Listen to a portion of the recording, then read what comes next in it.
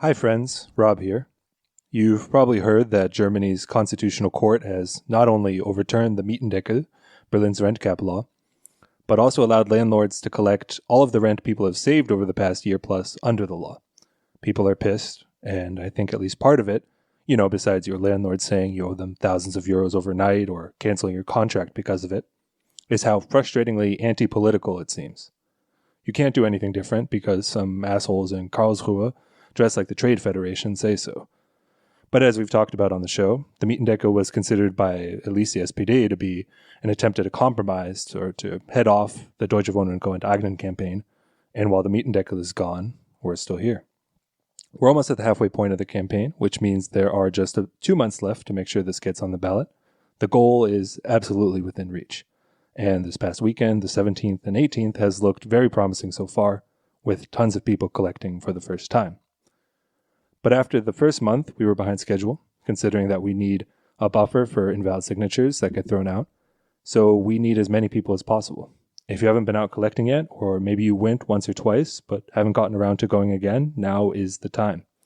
If you want to go with someone, message me. I'll go with you. It'll be fun. You can put up sheets in your kitchen for roommates or guests to sign it, or someplace at work. There's a link in the episode description with a map of all the places where you can pick up blank sheets or sign yourself. Or again, if you want me to, I'll come drop them off at your apartment myself. My partner and I got 90 signatures just by walking through the park the past 2 days. The people definitely are friendlier there than on the street because you know how a nice Spaziergang cheers up the Germans. Yes, once in a while, a white man between the ages of 35 and 45 will tell you to get a real job and want to debate you, but most of the time the people who stop to talk are open to the idea. And you don't need to be an expert at this. Above all, we need to put in the time and person-to-person contacts to not just get enough signatures in the short term, but also big picture to grease the wheels to make something like this possible. Whatever happens in the future with this initiative or any other housing movement, I can't promise that it will pass in the fall, or that an electoral approach is the best or ultimate one to take. Talking to your neighbors and strangers on the street about their rent situation and about changing it is a step in activating a movement that they can't take away from us with the stroke of a pen. So I hope to see you out on the streets. And until then, enjoy this week's episode. Hey. Welcome to your weekly corner Späti. It's myself, Nick, and Yulia. Hi, Next to I'm me. back. Yulia's back. And we are joined with a very special guest, Emin, who is a student currently at Boğaziçi University in Turkey that, for those who do not know, have been having ongoing protests since the beginning of this year. And we thought that we would have him on to talk about the situation that's going on currently at the university. So, Emin, welcome. Hi, thanks for having me. It's very nice to be here, and it's nice to feel that people outside Turkey are interested in what's going on. So, thanks. Yeah, no problem. Like I mentioned, there have been since the 1st of January, where the AKP announced a new rector at the university. There have been protests. Appointed. Appointed. Sorry. Yeah. Oh yeah. And just to give like our listeners just a really quick just backdrop. So since 2016, we're just going to use this as just like the arbitrary year because this is the putsch, attempt of the that coup. of the Right. Gulen movement, whatever, doing their thing. Apparently, as much as I do not believe that, but.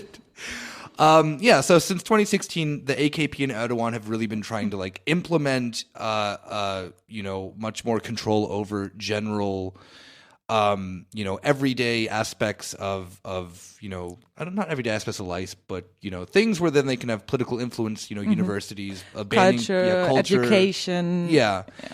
And the most recent attempts have been to, like as we said, put an appointed rector at universities, which for Turkey is actually quite interesting because there's a tradition of having democratically elected rectors who are the head of the university. Could you give us a brief backdrop then of like why this is so important? Because I don't think that this is like something that, at least in Germany, doesn't translate over as well, because the idea of like your dean is like something you don't think about, Right. Well, I think it has to do with Well, let me first start with the year that you mentioned, like Mhm. 2016. It's not as arbitrary because actually this appointment is not the first appointment of an unelected dean for the university. The first one happened in 2016, actually. So this is the second one, and it did generate a sort of resistance for some time. Um, it's just that the person appointed was actually an academician at the university. It's just that the person who got elected through the democratic process, as it was before 2016, was not signed into the position by the president, and then the president just decided somebody who was kind of closer to his. I'm not sure why exactly, but politically, it was somehow beneficial to him.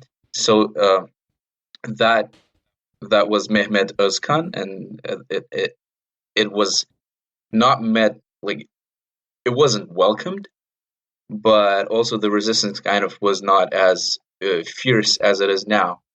And thinking about the background of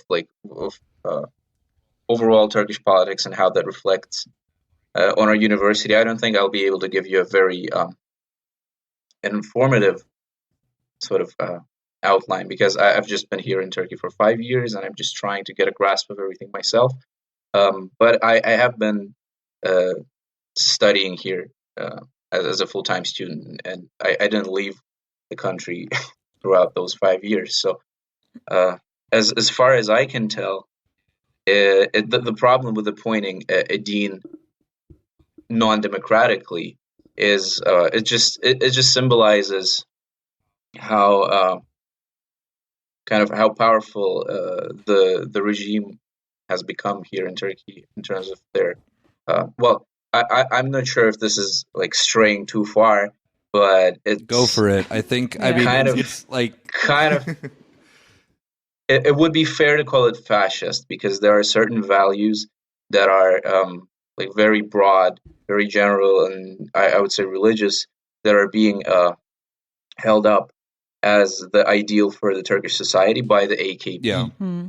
And everything that strays beyond those values is being used as like as scapegoats for kind of uniting all the conservative people in the country, I would say. So that the appointment of a rector in 2021 that just happened is just kind of it symbolizes how comfortable the government has become in just doing whatever they want and steering the public wherever they would want, like the politics to go overall. Yeah. So the difference with Mehmet Özkan and the rector now, Melim is it Bulu, I think is his name. I can't. Yeah, Meli Bulu, yeah. Okay. So Özkan was actually like teaching at Boğaziçi before, right? So he was kind of like someone who was in research, who had a history with Boğaziçi. And with Bulu, I don't know how the situation is there, because I know he tried to run for parliament for the AKP before he got this position. Like 2012, I think it was, or something like that. Yeah. Yeah. So he's not a member of Boğaziçi University, but he did study here. I think he did his master's here. However, like when he got appointed, people just, I mean, nobody would research him normally, right? Yeah. Nobody cares about Melih Bulu, but we do now. The position he was kind of right. Yeah, unfortunately, like given the importance that he was brought into by the events, it has kind of come into the light that he has academic integrity problems. So there's a case of him just copying and pasting parts of his previous work. Are you sure he isn't German? Are you sure he isn't a member of German parliament? Because that's a very familiar problem here. Yeah, right. And it's not just his work. I mean, there's like if you just put it through the regular Turnitin system for like submitting your academic homeworks, etc., it just comes up like as well plagiarized. That's really embarrassing. Yeah, it is. It is. Yeah, that's it. Like the question I wanted to ask then is that you mentioned that then Bulu is a different, beast altogether in the terms of that. Then he is an AKP member. He tried to run for parliament. He is very much within he is very much a party person first before being an academic. And like you mentioned earlier, of the sense of that. Like you said, the fascist tendencies currently of Erdogan and the AKP, and having this, conservative outreach, like this, it seems really apparent with just this appointee that statement kind of, is true, right? Like I don't think that it's an over, you're not overstepping any boundaries by saying that this is authoritarian or whatever. And, so I guess from there, just, I just want to simply just ask of what do, I think from outside in, a lot of people in Europe do have this very homogeneous version of what Turkey looks like, especially with its push towards authoritarianism, with this, with the AKP kind of getting more influence. But what do the protests on the grounds look like? How have, who's been supportive? There obviously are other political forces in Turkey that then aren't simply just parliamentary. Where have we been seeing, who's been coming out? Who have the students been, how have the students and faculty especially as well, I was about to say the academic staff, for example. Right. Because, it's not the first time that there was a crackdown on the university and on academics and professors. We had that in 2016, especially also with the Academics for Peace petition with at Boğaziçi, 2 professors were let go. I think one from the sociology department who was doing a lot of Kurdish studies as well. Yeah. And one from the history department. She had to go back to France. I think she was a French, Turkish professor. Yeah. So I so kind of all together, what do then on the ground, as saying this and beforehand, this isn't the first time, but what does it look like now in 2020? We're in 2021, right? Yeah. With these protests at Boğaziçi. Okay, so I would say that within the university, it's just the fear of getting more and more marginalized, especially the people who are minorities within Turkey, who were able to kind of find a safe community within our university, are the people who are the most worried, like the LGBT community, I would say women overall, because violence against women has a very different kind of, it happens to a very different sort of degree here in Turkey as opposed to, I would say, Europe or the States. And there are probably ethnic minorities as well, such as Kurds, and not people who would probably be identified as Turkish, but also something more. That's definitely been in the general country. Yeah, that's definitely been a thing of kind of tying in with this as well. Is that's a massive crackdown of the AKP has been marginalized. Not just social minorities, but this idea then of a Turkish race sort of an Ottoman exceptionalism sort of thing has very much become party rhetoric. I mean it's very nostalgic, I would say, in a sense. I'm not a social sciences student, but judging by what I've read about Turkish history, it's reminiscent of the Sultanate. In a way. I mean, this whole Academics for Peace thing was because of, the violence against Kurds in South Turkey and in Syria. And also I read something about that there was an event, an exposition of an LGBT community at the university. And there was a big crackdown on them because of that. Oh, yeah. So if you want me to tell the story in more detail, I kind of put out a small outline here for myself. Right. So what happened with that is it was an exhibit. Well, from January the 4th, since the first big protest, there began a constant presence of students, of protesters on campus. So we had this tent, and every day there would be events like open lessons, or maybe like film sessions where we would like watch some political or socially informative content, etc. And then there would be some like academicians present. So it was like an active protest environment. And on the 22nd of January, they decided to have an arts exhibition. So over 400 art pieces were sent from all over Turkey, and as well as from abroad, and some of them anonymously, to be presented on campus. So when that happened, one of the pieces was one that depicted, so it depicted Mecca during the time of like when everybody goes there. Well, I'm not sure how that is called as well, but can we say it had like pilgrimage that you have to make. The pilgrimage. I don't know the specific word in Arabic. Right. So it had that, but in the corners of the picture, it had some LGBT symbolics. So that was exposed to the authorities. So the Students Club, unsurprisingly, I mean, it was their community that some members of were not comfortable with that specific art piece. So they exposed it to the authorities, and then there were like two people responsible for selecting, or I'm not sure exactly what the role was, but they were part of the organizing crew of this exhibition, and they got detained for allowing this anonymous art piece to be presented. And you probably heard their names. It's Selo and Do, so the two guys who got detained. And then there was a counter protest on campus where everybody gathered in front of the rectorate, the building. And as you know, there's coronavirus measures currently in place in Turkey. So after 9 p.m., you're not allowed to be outside.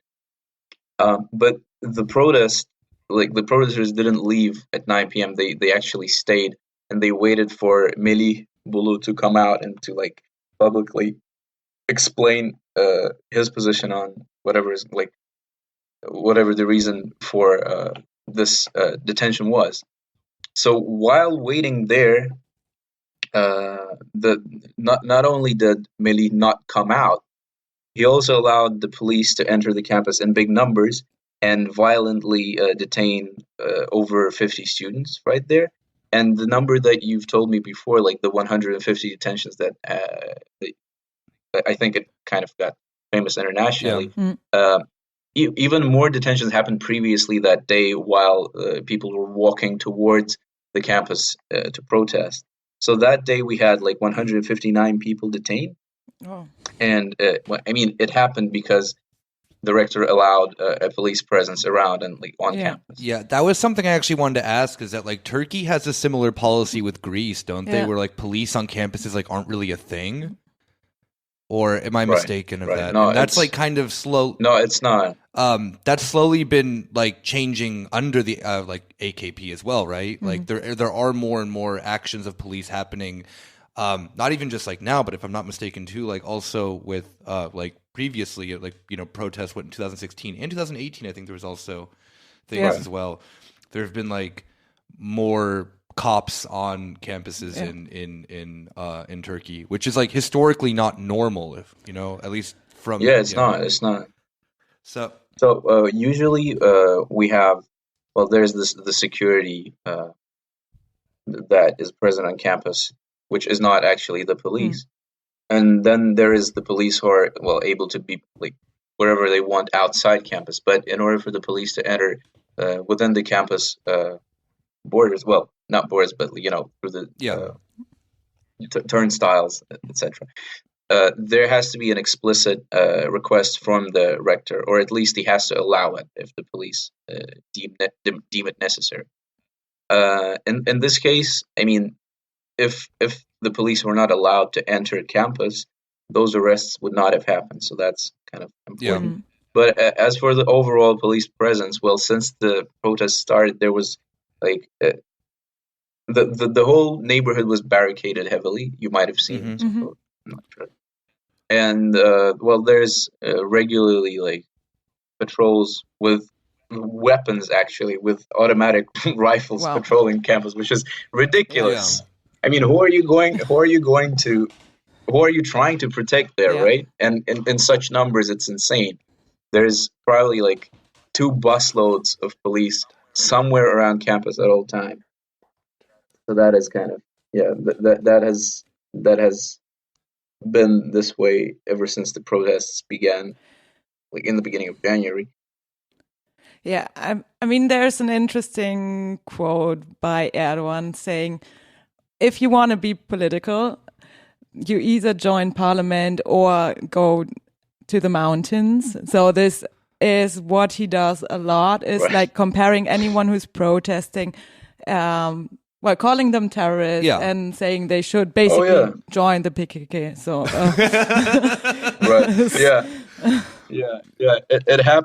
It happened recently as well. He was like, "Well, are you students or are you terrorists?" Oh my God! Yeah, that's exactly like that. Just kind of that is classic. Yeah, the thing that then I just which is fascinating, because when it comes to Melih being affiliated with the AKP, the press person of the AKP said, well, there's nothing wrong about having a political identity or something. So here it's okay. Yeah, as long as your political identity is either like the AKP or the MHP. Yes. Like, You can you can be political, but you can only be a Turkish nationalist or a Turkish ultra nationalist. Yes. those are the 2 genders that you're allowed on campus.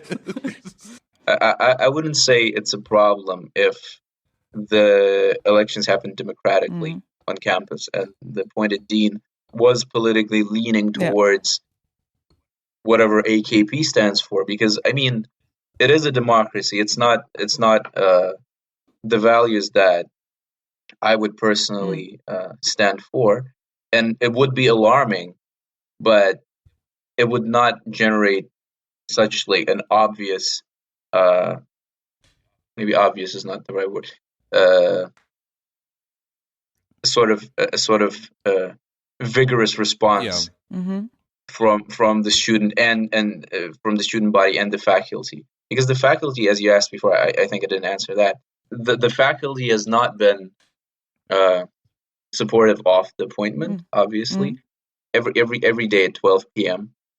The teachers gather in front of the rectorate building and they turn their backs and they just stand there for 20 minutes, and then everybody claps for some time, and then there's a press release that happens every day. So that's kind of the visible part of what the academicians have been doing. But I'm not sure if there's been enough courage on their side to actually bring about any meaningful opposition, like internally. Because if the university somehow was able to boycott, like to go and strike, well, I feel that's like the pipe dream that any sort of protest movement would have, right? To kind of to be able to go and strike, and everybody just stays home until things change or until there's some development. But I mean, there's like the general economic situation in Turkey, and I mean, given the political climate, there's probably also that it does not allow people working on campus to be kind of brave and I don't want to say haphazard, but not like it doesn't allow them to not worry about losing their job. Yeah, of course. Yeah. I mean, there definitely is. I think it is a fair point to make. Of although, the idea that of like a strike of the faculty members is great. There is, like you mentioned, like the lira is like devaluing itself every single day, and life, like general life in Turkey, because of economic hardship. It also explains why Turkey is becoming much more much more like expansionary in their like foreign policy, is because they're in an economic crisis currently. And there is like the realities of the economy doesn't really allow you to be like, well, fuck this. I'm gonna, I'm gonna strike, which either of them will land your ass in prison, possibly, with how haphazard, very well. Deem you as either a Gulenist or a follower of the PKK, because everyone who doesn't agree to Erdogan is either one or the two. Yeah. And for like, in 2016 you had the removal of certain academics, one of whom ended up just back in France. Mm-hmm. I could understand the hesitation of that, seeing how much more brutal the AKP is becoming, and how much more authoritarian even within the last 5 years, Right. Yeah. And that's all people talk about, actually. It's just how fearless the authorities have become. There's no need for any euphemism. There's no need to cover up their actual agenda. It's just out in the open. This is what we want Turkey to be like. Everybody else can fuck off, whatever that means. Like, go to prison, leave the country, just shut up and stay home, whatever it whatever it takes. Otherwise we're gonna make you fuck off. Yeah. And everybody seems to actually be intimidated by it, because I thought, okay, so this is happening, and the first day of the protest, like January the 4th, there has been at least like 1,000 students on campus and around like the neighborhood who are actively like on the street and like shouting slogans, and then the police interfered with us again, etc., as it usually happens. But I was kind of hoping that it would spark a greater protest like in Istanbul overall, but that just didn't happen. And there's some hopes that it could happen on the 1st of May, because in Turkey there's like generally the leftist movements are kind of here as well passionate, I would say. Here as well on the 1st of May. I right. mean, it's Workers' Day, Labor Day. Yeah. So it's kind of like in Turkey, I think the perception is very positive of the 1st of May. I come from Ukraine, so I don't know what I think on that subject, because like in the Stalinist USSR, it was kind of used as a justification to exploit people. So, but in Turkey, it is like the general, like that's the day when the left just comes out and stands tall. So, maybe that's gonna happen. It hasn't so far. I just like that's actually it. I mean, from outside looking inwards, the thing I've always mentioning previously of the sense of exactly that there is always like this kind of infinite willingness to look at the future of like, this is going to be the period of time when then it kicks off, this and that and that. But it's like, I mean, the last elections in Istanbul, you literally had the AKP run their own candidate twice. And it's really like, I'm always kind of like, I don't want to be like I said. You don't want to be pessimistic. Yeah, I said earlier in the show that then like I want to be lighthearted a little bit to a degree, but it's like whenever we talk about Turkey on the show, it really kind of always makes me wonder like, how much worse can this get? And then it like gets worse. I'm like, well, how much worse can it get after that?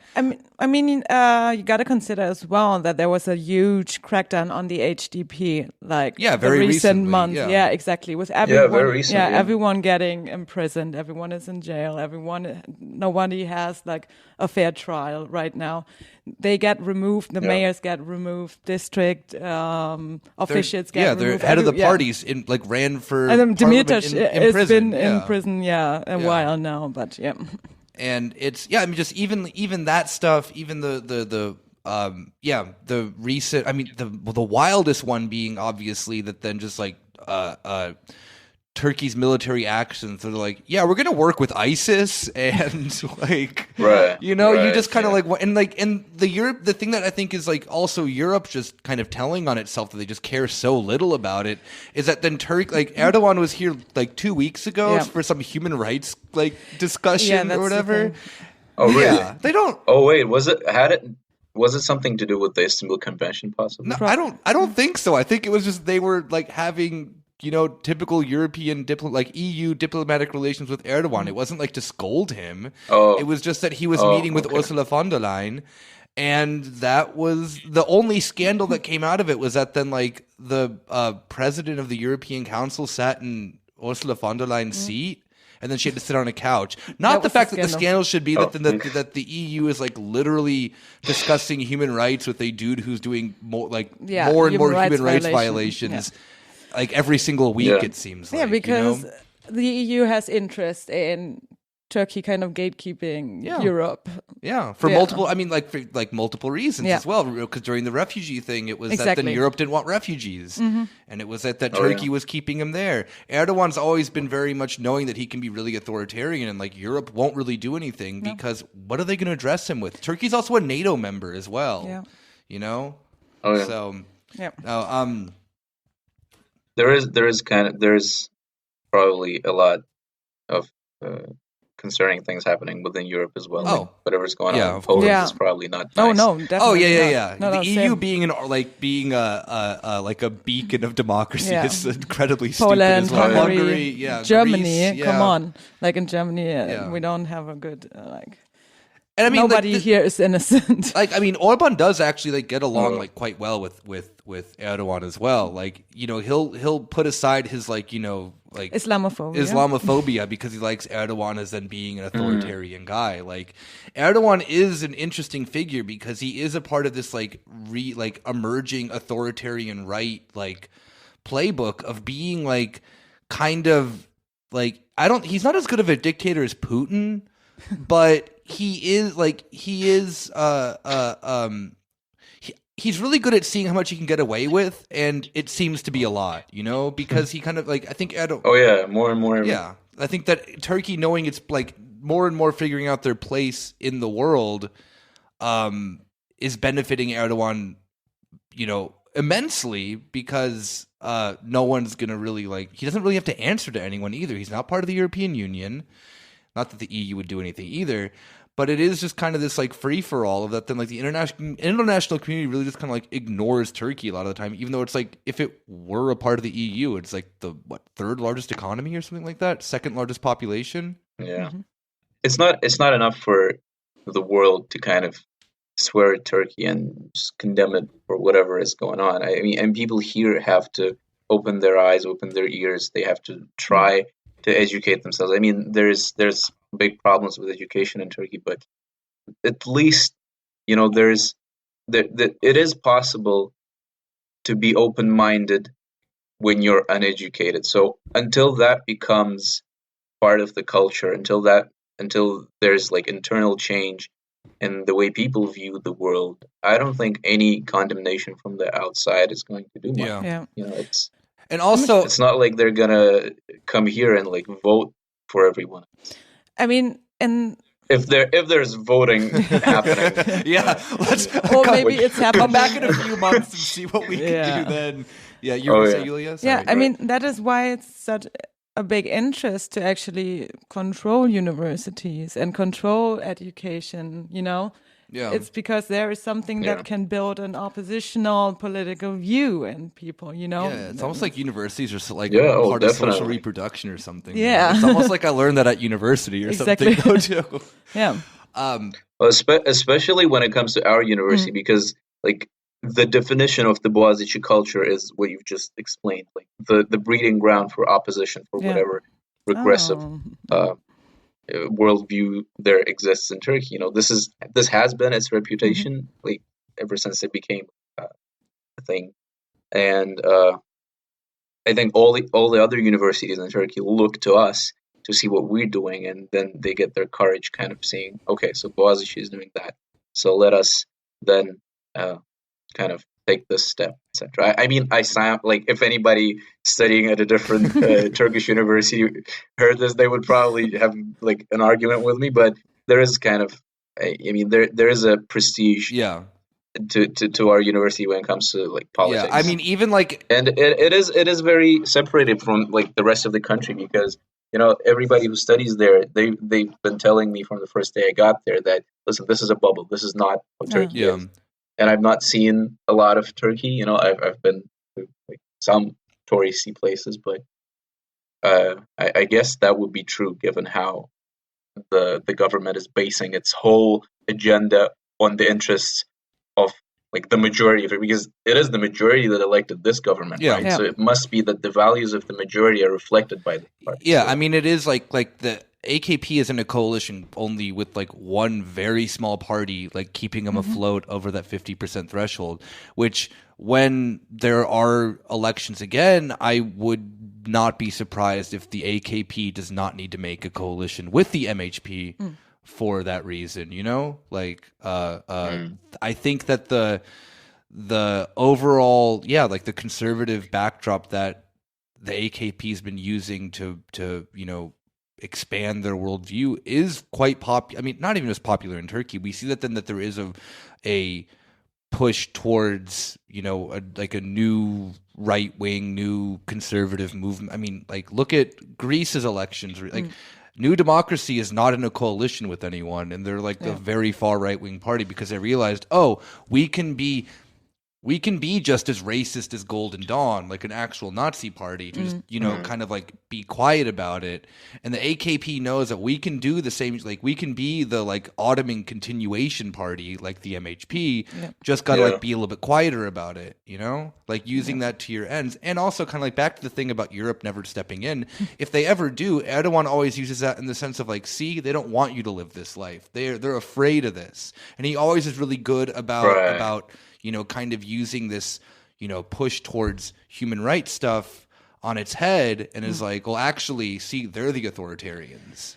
Yeah, that is interesting. That is a rhetoric he has been using a lot, and which is actually interesting because the MHP also uses this kind of rhetoric. Again, so Grey you Wolves, steal what you can take. Yeah, exactly. Use this kind of rhetoric in saying everyone is actually racist against Turkish people and everyone is colonializing Turkey so there was this incident of people trying, I don't know if it was after 2016 or something, wanted to get international observers into the country because of some like processes. I don't know what it was actually, but then Erdogan saying, see, this is colonialism and Erdogan always has his weird like anti-imperialist moments, then he's like, he's just marching into Syria. He's like, by the way, like this was like a long time ago where he met with Alexis Tsipras, and he's like, by the way, like half of northern Greece belongs to us, while he was in a press conference with him. But back to the protest, I would say. Yeah, exactly. So what I would be interested in, since we were talking about this, how there's not so much out there, or it seems like the world doesn't care that much. How has been like social media for like, organizing the students, organizing the protests? Has it been very effective, to get the news out there? Has it been used in any way? Well, I think it has been the core method of getting the word out there for this protest, and probably for all the all the less prominent movements at the moment that are out there in Turkey, because the mainstream media it's mostly pro-government, and I mean, certainly there is some media that is not as clearly pro-government, or that is actually like the opposition media it's not as mainstream. So given that, there's no other media than social media to kind of spread the word. But there's been negative effects of it as well. So we had like a lot of hate campaigns and like hashtags spreading that harm our movement happening on Twitter and overall. But I think it has been instrumental, because everything that was going on, if we weren't out there in the field, we learned about it through Twitter or through our like specific Instagram pages that were kind of active throughout. So it's never been mainstream news, and mostly it's been like people didn't know that things were happening, for the most part. So it's been more than 3 months now, but I would guess that in the eyes of the general public, it's probably like fizzled out like 2 months ago. When there were like mass arrests, it kind of it came into prominence, and then there were like other mass arrests, and actually there's been like several occasions when like more than 30, 40 people have been arrested at the same time. So that kind of brings attention back. But other than that, it's I mean, the initial push against the appointment, and then silence, and then police violence, and then silence, police violence, and silence. Oh, that rhymes. I was about to say. Yeah, it sounds like a Rage Against the Machine song. Yeah, true. Right. Yeah, I should probably write. I mean, if we can get the word out, given how social media, has been the primary instrument of information. Yeah. Well, and misinformation. But anyway, well, let's look at this positive here. It's kind first. Yeah, sure. Yeah, like if there's anything that helps people, get to know about what's going on and probably get engaged and like bring some noise, I mean, I'm happy to do it. Is there any like shout outs that you could do of like how any of our listeners could, like pages they could follow, how they could possibly get involved, say, shout out whatever you want. You can also send me all the links. I'll put them into the show notes. Yeah. And yeah. Oh yeah, I can send you the accounts. Sure. So there's the Instagram Boğaziçi Direnishi, which is okay. I think I should just write. No, it's good. You can say it, and then I'll have it all in the show notes. It's exactly. Good. So everyone will hear it, and they'll also see the thing in our links as well. I think it's if there's any hashtag that are going around, it's awesome if people can kind of support and help bring things to light on Twitter or on Facebook, or like not retweet, but like share stories on Instagram, because what else is there to do, right? Exactly. Yeah, no, exactly. I mean, like I found out through the actions that were, like obviously through certain press that then coming out, but yeah, Instagram is where I get like most of the information of what's going on daily, and it is like, the one account, again, I can't pronounce any of them. They'll all be in the description. They do their memos in their daily posts in Turkish, English, and German, which is for listeners of ours who do speak possibly one of those three languages, there's a very good possibility. Really good, and it they go live on Twitter every day as well to kind of like show you what's going on. You said there's also plenty of other pages and movements and whatnot. But yeah, even from the one that I follow on social media, on Instagram and on Twitter, like get a lot of information simply from there. I kind of reflected on what I just said, because what else, like I said, what else is there to do other than like support what's going on through the social media? I feel, well, I'm not Turkish, right? I've just been here for like 5 years, and I'm like trying to do things not because I'm trying to integrate within the society, but if there's a certain set of values that is allowed to propagate in a certain part of the world, there is a great chance that it will spread and influence other parts of the world and other people, and it works the same way for like positive and negative developments. So like there is something else we can do, which is to resist fascist values wherever they like pop up, regardless of the country. So if we can all do that, I think that is in the long term the best thing we can do. So. Yeah, I think that's a beautiful statement. Yeah, definitely. Yeah. Then you have anything to close on, Yulia, or is it, No, I would just say it's important to pay attention to these things, and still, like, even because I've seen this in German media that they're not actually reporting on it anymore, as you said, like after, like in the last 2 months or something. So it's important to not forget about these things, not forget about these protests. Ongoing, and then I guess on that note, thank you so much, Emin, for taking time out of your what I'm assuming is a nice Saturday afternoon. Maybe, I don't know, maybe it's rainy and shitty, but hopefully. Thank you so much. And like I said, all the info will be in the show notes. And I guess as you said, just keep resisting all fascist tendencies. It's very much a thing that I think that we're coming more and more to peeking its head out maybe a little bit too much in the last few years internationally, you can even argue. And I think that you're really right about the sense of that there is like the idea then of that has been spreading. It isn't only just Turkey. No, of course not. You know, Turkey may be one, you know, cog in this machine of all of this, but it does like all of these fascists are inspiring one another.